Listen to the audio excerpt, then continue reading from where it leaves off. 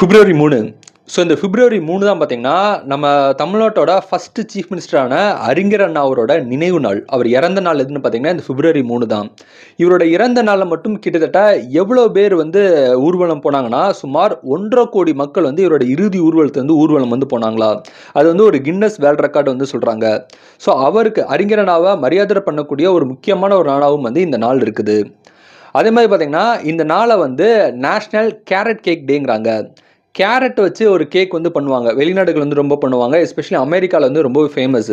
So இந்த carrot cake வந்து ரொம்பவே ஹெல்த்தியான ஒரு கேக்கா இருக்குது. இத சாப்பிட்டு மகிழக்கூடிய ஒரு நாளாவும் வந்து இந்த நாள் இருக்குது. அதே மாதிரி இந்த நாள பார்த்தீங்கன்னா, நேஷனல் மிஸ்ஸிங் பெர்சன் டே அப்படிங்கிறாங்க. நெறைய பேர் வந்து இந்த தொலைஞ்சு போயிருப்பாங்க இல்லையா? ஸோ அந்த தொலைஞ்சு போனவங்களுக்காகவே ஒரு டே வச்சிருக்காங்க. அந்த டே தான் பார்த்தீங்கன்னா, இந்த மிஸ்ஸிங் பெர்சன் டே. அதே மாதிரி இந்த நாள பார்த்தீங்கன்னா, டாகி டேட் நைட்டுங்கிறாங்க.